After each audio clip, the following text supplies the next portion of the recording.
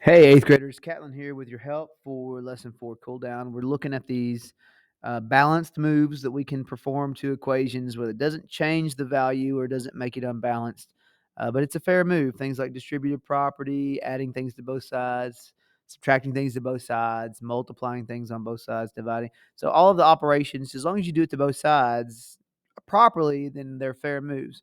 We're trying to find the mistake that Lynn makes here in her shown work.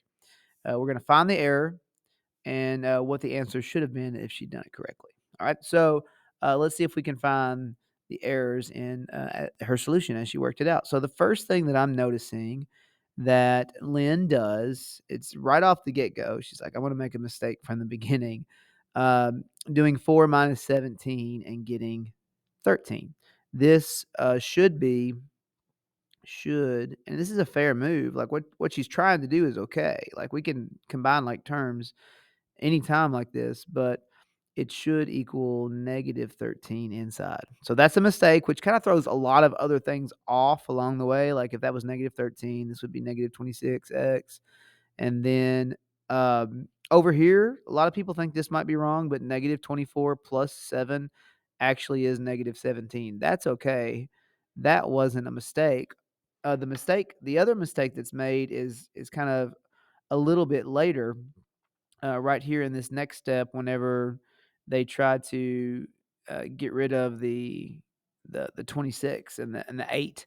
So she makes the mistake of trying to combine the 8 and the 26 like they're like terms on the same side. So another mistake would be made here when you should be subtracting 8x, right? So like two mistakes in one, and then pop out this answer of x equals negative 1/2, which obviously if you made that mistake there, it's going to throw everything off the rest of the way, but should have been subtracting x from both sides. And then let's see, let's work it out the way that we should. So the first thing that we should change is that on the right side we would have a negative 13 instead of a positive 13, like we talked about in our mistake. Everything on the left was staying the same, so 8 times x minus 3. And then as we continue to work out the problem, we're going to notice that that 8, like they did, we can distribute it. So we're going to distribute that 8 and get 8x minus 24 equals 2x. I'm going to go ahead and do 2x times negative 13 and get negative 26x's, just multiplying the number times the coefficient there. And then we're going to continue to work this out properly with having the right number here. Like we talked about here, we're not going to add 8x to that. We're going to subtract 8x to both sides. That's going to leave us with the negative 24 on the left. And then when we subtract 8x from this, we're going to end up getting negative 34x. And I've made a mistake myself because I forgot all about the plus 7. Let me go back and fill that in. There's a plus 7 here, which makes, sorry about that, guys, which is going to make that a negative 17 when we combine those like terms. My bad. Got ahead of myself. So whenever I distribute that out and get the 24 and then add the 7, I get negative 17. Goodness.